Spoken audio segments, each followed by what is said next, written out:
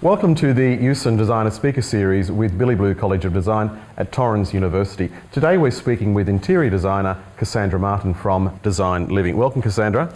Hi, thanks for having me. It's great to have you. I know that you've come with a number of specialities, and we're going to enjoy sharing those with our audience today. Tell us, where did Cassandra start? I've always had a strong interest in both art and science.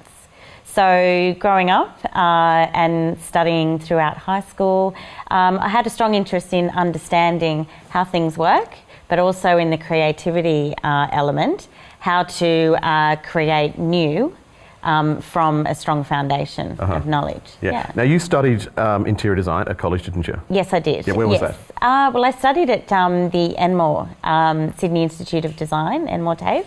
But I also did an architectural drafting course prior to that. So when I left school, I was a little unsure as to how I wanted to put my technical and artistic skills together. So I made the decision to start with architectural drafting, and then I could select from there how I'd apply. But when I did the course of architectural drafting, I'm very, very detailed. And so it sort of suited that purpose. But I found there was a lot of lacking in creativity, and I was actually quite frustrated. So when we did all our rendering drawings for the presentation of the buildings we designed and then had to document for development applications, building applications, there's always, with a development application, an artistic rendering. And when I studied, it was back in the day when computers was a novice thing, it was a new thing.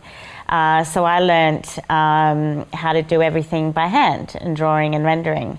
And so I put a lot of creative energy into that, did very well, but there was something that needed to come out. So that's when I decided to extend into interior design. So it was a natural progression, and I'm grateful I've done the architectural drafting because I understand construction and how things are physically made beyond the design. Yeah, they're two really different specialities, aren't they?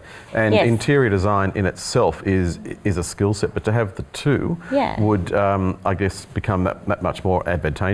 It's interesting you talk about the hand drawing. That's almost a lost skill today, isn't it?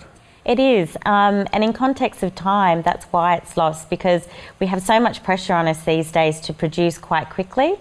Technology allows us to produce quickly, therefore the expectation is deliver fast. So when you do the hand drawing rendering, it's beautiful, but it takes a lot of time, and people today would not be willing to pay for the time because comparatively and competitively, there's faster alternatives available, which is naturally computer-aided drawing. Sure. With the two, do you think there's more detail you can execute with the computer drafting as opposed to the hand drawing, or not?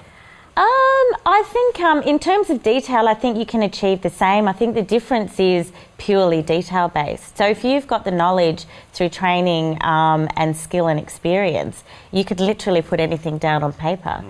But I think with the rendering by hand, there's a certain level of expression that becomes artistic, and then that's down to the individual. And I think that's probably the only element that the computer itself can't achieve. The computer can be accurate, but an individual will provide that more expressive emotional result. Sure, yeah. With interior design, if somebody's considering engaging in education with interiors, would you strongly recommend they take drafting as part of that course?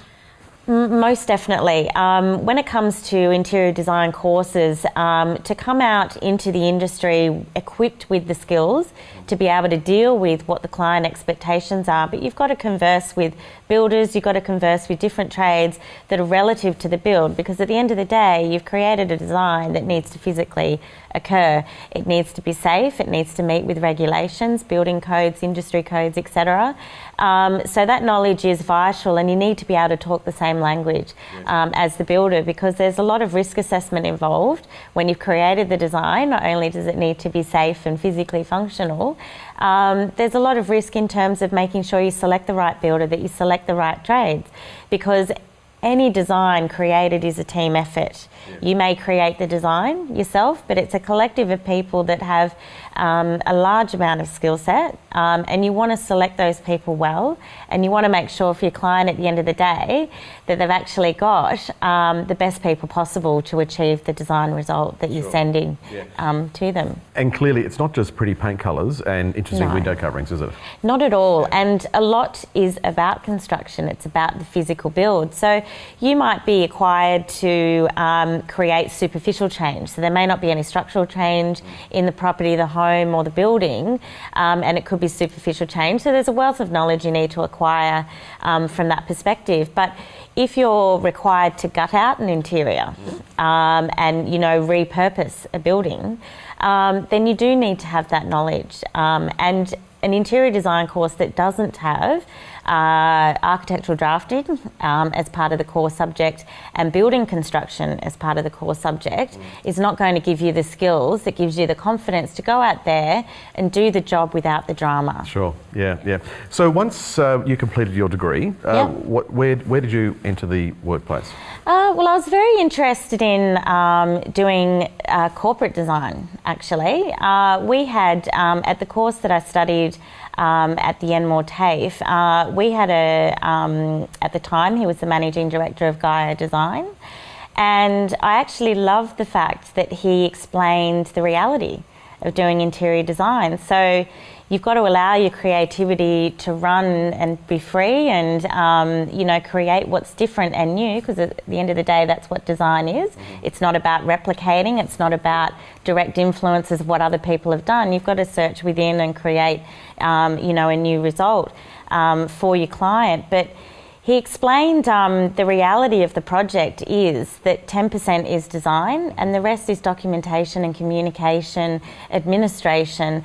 And to me, it was a relief because there were some people in the course that, whilst creatively wonderful, but there was no practical application for the designs they came up with. Sure. And, you know, I got a little frustrated with that because I wanted to be critiqued on the construction techniques as well that I provided. So from there, I thought, fantastic, this is reality, this is real, this is where I want to work. It's a continuing successful company that's international, and I got to do corporate designs and I really enjoyed it. Sure. So I guess it was really commercial design, which is what you practiced in initially? Yes, exactly, Between the two, so you're now in residential design, as I understand it, So would you suggest that it's better to start commercial work and then enter the residential market, or vice versa, or does it not matter? I think it probably doesn't matter in the context that it's about where your passion is. So it's about what you want to deliver to what kind of client. So I was very interested in the corporate sector because it was very business orientated naturally, which I found quite intriguing, and that was quite you know, it's a very strategic approach. So we had various clients. One was Optus in North Sydney, and I worked on the general manager's meeting area. So that needed to reflect his work ethic, the company ethic. It needed to present to those that he was actually meeting with and say what it is he wants to say about his conduct, about the business, and how they are, you know, helping their clients. So I found that strategy quite interesting. It was a company that was very structured, of which there was a lot to learn from, but there came a shelf life with that for me. I learnt what I wanted to learn, and I'm very grateful to have had that opportunity. And then I felt, because in corporate there are many people to please, there are many people in the corporate body that are making the decisions on the budget expenditure for that particular design, whatever it is. So it becomes very restrictive. So I did find it confining in a design sense. So I then decided to branch out into residential interior design because individually there's more scope on a psychological level to deliver an emotional response to the client, which is something I'm more interested in. Right, so residential is where you are today? Yes. Yeah. So in what capacity? Well, basically, I work on the capacity of as much or as little as people need. So most of my client work is referral. or people that as we do the home shows, there's a lot of people that come and attend and listen to what my ethos is and what my inspirations and influences are in terms of design. So I have a following that I'm very grateful for, and it allows me to really help people create an environment in their home that they're feeling positive within. I like to understand my client, understand how it is that they want to feel in their space, and then to find the elements that are going to deliver that emotional response for them. Because I'm a very strong advocate for good mental health, and I believe that needs to start at home. You need to feel relaxed and secure, comfortable, embraced, nurtured in your own environment, whatever that is for you. Yeah. Well, your home is your sanctuary, and you need to feel comfortable in that, and design and colour and all those elements are what contribute to that. Totally agree. Cassandra, what's the name of the company you're with today? Design Living, and that is a division of Design Curtains. And Design Curtains has been operating for over 40 years, specialising in the design and manufacture of soft furnishings. So that encompasses window furnishings, any fabric soft furnishings within the home, but also upholstery as well. We have a decorating service, but when it comes into interior design, it's more specialised. Trades are involved. And really, Design Living, we feel, reflects the services that we provide, because we are enhancing people's living space. For most people, their home is their primary investment as well. So with Design Living, we're very good at not only tailoring the design to the client for their emotional response that's positive within their own space for themselves and their family and those that live in the home, but we're also very good at designing to enhance the equity of the home as well. So we have very sound knowledge about decisions on capital expenditure for the purpose of increasing, good percentage with their equity. Yeah, that's an interesting point, because it's not just about beautifying the home. Yeah. It is adding value to the home, and at the end of the day, that investment will capitalise, and I think that's a way of how people should look at it as well. Cassandra, you've expressed before about your relationship with nature. Expand on that for us. I think nature is very important to us, and I think perhaps in some ways it's been underestimated, the power of the healing ability nature has, and particularly with urbanisation, we're having a lot more density in population, and that's going to continue to increase. It's important to have that connection. It's our primary sense of belonging. It's our innate sense of belonging as human beings. You know, when you're out in nature, you receive a very emotional response. It's very positive. In my experience, I feel I draw on the energy. I feel it replenishes me with energy. But in terms of science, nature is understood to have that recovery effect in a positive way. So if people are feeling, sort of mild stress that might be in the workplace, and if they have a viewpoint of nature, then it is known to physiologically restore the body and allow the body to assume that normal resting rate of the heartbeat and reduce the stress. But for me personally, I have a deep connection with nature. I have a strong appreciation for nature, and I mentioned earlier that I like to understand things, and that's my interest in science. And you observe different species, and you observe how they interact together, how they live together. You observe the symbiotic relationships in nature as well, between species or within species. There's a lot to take on board from that, a lot of positivity that then allows you to have, I suppose, a more universal perspective in life. So if you're having a trouble, you're having a worry, or you've got emotional hardship or adversity, nature places things in perspective. I am a survivor of extensive abuse, and for those individuals and the worries and the trauma that they caused, having nature as that expansive view, that universal view, understanding that I'm a small part in something that's very large and very grand, I love feeling humbled by that.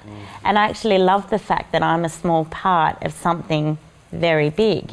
So if I'm a small part, those abusers are small as well. Gosh, that's a very intelligent response or answer, I should say, to that question. There's the age-old saying that nature never lies. Yes. Isn't it? And I guess your relationship to nature and interiors is not just the physical, it's the colour. Yes. As well? Yeah, absolutely. Colour is really important. And I particularly love looking at species. Birds, for me, are very close to my heart. As someone very young and enduring adversity, I would observe birds and be mindful with birds. So I'd sort of, without knowing the term, mindfulness, I would practice that with birds. It was if you like, a survival technique, to feel calm and to feel inspired and in awe of how birds are. So technically they are prehistoric, they're classified as dinosaurs. So if you look at their evolution as to how they were, as to how they are now, I think it's a beautiful, empowering story in that just itself. But birds and their colours and their behaviour, they provide a beautiful energy as far as I'm concerned.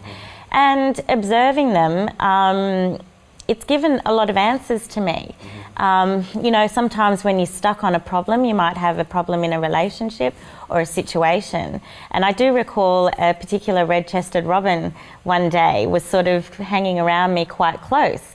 And I thought, this is lovely, it just feels really nice, I feel really calm. And I thought, there's something that's trying to be shown to me. I need to just ponder and wait. Yeah. So I waited, and it took me a little while. And what I realised is he was on a perch, and he would stand and show his bright colour with his chest and his white, but then he would turn and he would have all his browns and sort of muted brown tones that blended into the bark. Isn't it amazing how, I guess, nature talks to you that way? It does, and I feel a very strong connection with birds, and I do feel that they assist in helping me understand at a time that I need to seek understanding. So for this particular red-chested robin, I was in Guthiga. It's a place in the Kosciuszko National Park that I've gone to as a child, and one particular summer as an adult, we went for a walk down to the Guthiga Dam and up the mountain a little bit. And that was lovely, and there were lots of ants because of all the moisture, and physically I couldn't walk to the top. So my friends continued, and I thought, I'm just going to hang out in a tree for a little while and just relax, and you guys just pop down when you're ready. And this bird came and just sat with me for that time, and I just thought, I felt that strong sense of belonging, like I'm accepted. This bird, I must have, you know, a very, very good energy about me for a little bird to want to sit. And so I appreciated that. But as we walked back to the lodge that we stay at, this bird followed me the whole way.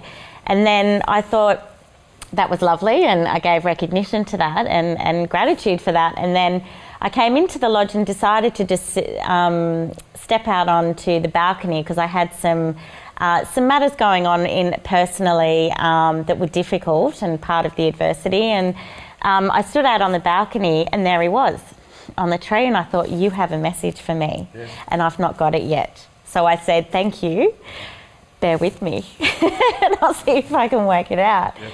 So he's fluttering around and he's doing this business, showing his chest and his contrasts, and then showing his muted, mottled brown colours. And I got it. And I said, thank you. And it was completely relevant for me at the time. Because at the time I needed to have a voice and stand up for myself. And what this bird showed me was that there are times where you need to stand out. You need to be strong, you need to stand out, your colour needs to shine. You need to be heard.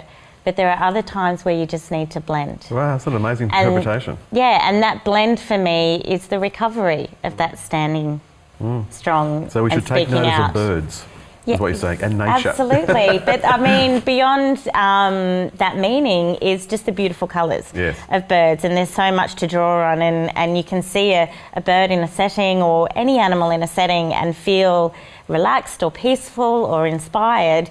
You can dissect the colours that's delivering that for you as well. Yeah. Cassandra, what are some of the, I guess, more memorable jobs you've worked on?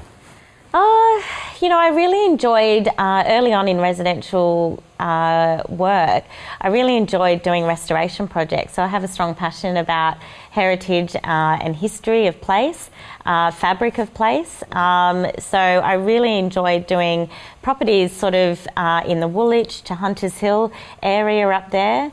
A lot of homes that I did one that was late 1700s built. Wow, amazing. And just stunning, like a very big home, beautiful. And, there's naturally with old buildings, there's technical issues to work with. So you do have to work with reality, with design.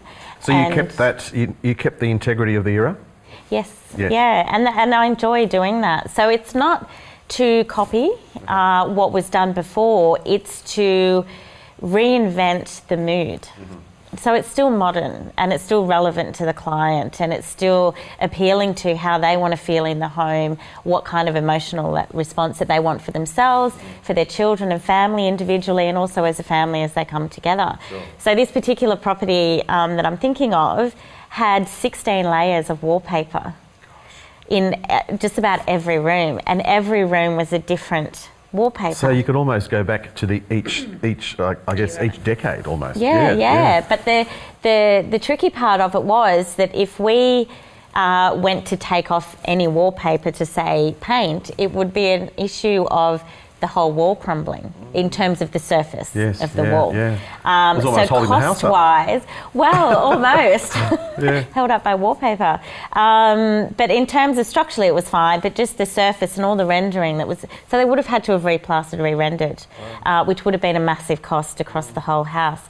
So what we did, and to me, part of the beauty of the older homes, which is different to the modern homes of today. Today, we're very much open plan living. We like to see everything. We have some spaces that are secluded, like our bedrooms, or it might be a private cinema or something like that, or our outdoor space.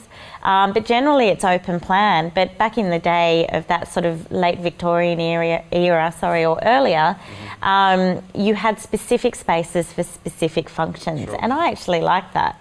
So that's something in my own home that I actually replicate, because I like to have an individual experience within each space. So for that particular property, we needed to work with the wallpaper that was in each room, and because of the age of the house, it lended to do that.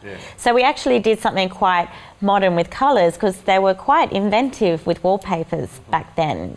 You've got William Morris, and he was very ahead of his time in a graphic layout with his designs. So we actually had a lot of fun with it, and brought out a lot of strong colour, but it was still quite sophisticated to suit the elegance of the home. Sure. Yeah, so I enjoyed that. The point you made about having specific almost locations in the house. But the traditional, we had the dining room, and we had the good room, the living room, etc. With those houses that do come from an era, are they still decorating for that purpose, or are they knocking walls out and having common areas like open space? I think it comes down to the owner, and particularly the designer as well that they've engaged, and or the architect that they've engaged. And it comes down to whether or not the property has restrictions on it by council, if it's got a particular heritage listing on it. But if it doesn't, it depends on the owner. Some people just want to modernise. They love the look of the outside, but they just want to modernise. My viewpoint is to maintain the integrity of the era and the history, but you can still modernise at the same time. So, you can have your open plan section if that's what you like, but I think celebrate the individual rooms as well. If you think about a dining room, in terms of the experience, if you've got people over, friends over, if you've got a more intimate space, then it promotes more intimate conversation. So therefore more enriching conversation. I was going to ask you about that. I mean, we generalising here, we've actually lost the dining room, and it's become almost the fifth room, or the alfresco area, hasn't it? Do you see a return to the dining room? Look, I think yes and no. I do, in terms of people's mentality, in the context that we have social media and the internet now. So the pace will only increase, the intensity of our lives will only increase, the demands on our lives, the expectations on our lives in terms of delivery and what we've got to do is going to increase. So that will create an opposite effect, and it already does. People are valuing their time with friends and family even more, or valuing experience over material possessions. So valuing that trip away with the people they care about, and the experience and the inspiration of the new place they go to. So people are thinking, obviously, equity. So in terms of equity, you do have to have some openness to it, because if it's all closed off, then people feel restricted and feel like it's coming in. So I think in context of those older homes, the right approach is a balance of the two. Celebrate what's old, because what's old is emotional, and that's brilliant for the equity bottom line, because you only need 2 people emotional about the house and it will do really well at its sale point. But then people have an expectation of that open living, because there's all that logistics of the kids, particularly when they're young. You want to be able to observe while you're doing what you need to do around the house. So I think the balance is the key. Yeah, sure. Cassandra, how do people find you? Well, Design Curtains, we have our website, which is www.designcurtains.com.au. We also have an Instagram account, Design Curtains, so we show various project works that we've been doing, mood boards, that kind of thing. So they're the ways to keep in touch with us, but going to the website, that has our contact details, phone number, etc. Fantastic. Cassandra, thank you for sharing your journey with us today. Thank you so much for having me.